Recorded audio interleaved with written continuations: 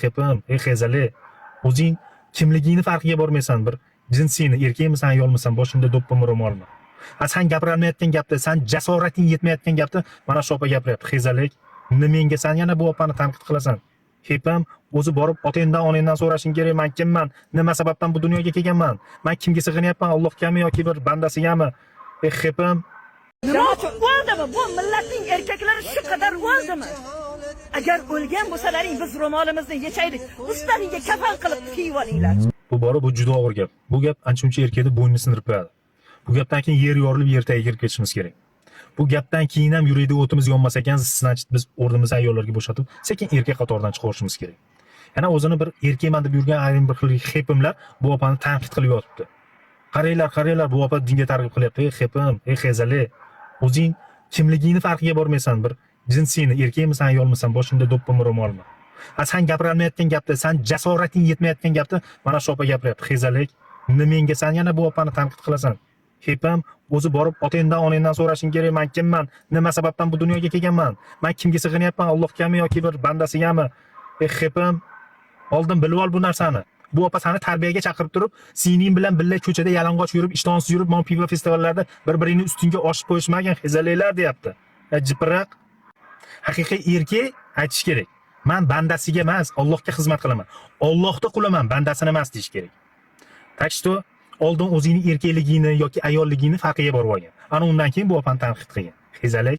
Mana shu meni videoyimni ko'rib, endi bu qizni boshiga bir balo keladi deb kutayotgan balo yaqinlashishni boshladi.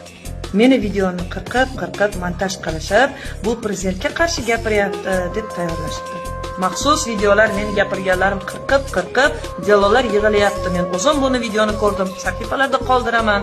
Mana shu pivo festivaliga qarshi gapirganim, voyaga yetmaganlarga ichishni targ'ib qilmaylik deganim uchun hozir men yo'q bo'lib ketish arafasida ekanman. Butun xalq buni istamayotganligini men izohlardan o'qib bildim. Millionlagan xalqlar izoh qoldirdi.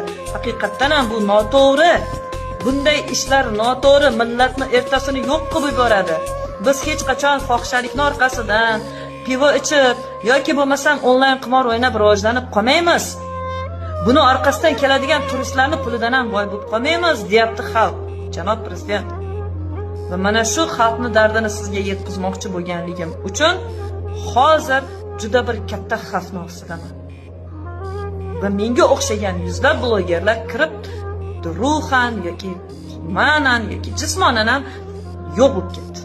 Imkoningiz yetsa, ularga kuchingiz yetsa, meni qutqarib oling. Butun xalq qarab turibdi. Qani prezidentning yonida turaman degani uchun bu qizni boshiga nima balolar kelar ekan? Hozir mana bu balolarning shamoli boshlandi.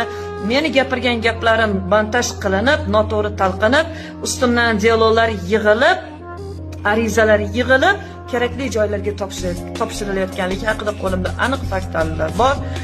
Undan tashqari har xil raqamsiz mashinalarda DTPlar bo'lish xavfi kelib turibdi. O'zlarini organ xodimiman deb tanishtirib, mana shu paytgacha boshimdan o'tgan ko'chalarda meni haqoratlab, vaqtgacha jismoniy zarar yetkazib, jazosiz qolib ketgan holatlari bo'ldi. Organ xodimlarini meni himoya qilmasligini mana bir necha yillardan beri ko'ryapman. Arizalarim javobsiz qolyapti va hozirgi bu montaj bilan ariza kiritilsa, organ xodimlari albatta ularga javob berishini bilib turib, sizdan butun xalqning oldida, millionlagan xalqning guvohligida himoya so'rayman. Iltimos, islohotingizni qo'llab-quvvatlaganim uchun jazolanishdan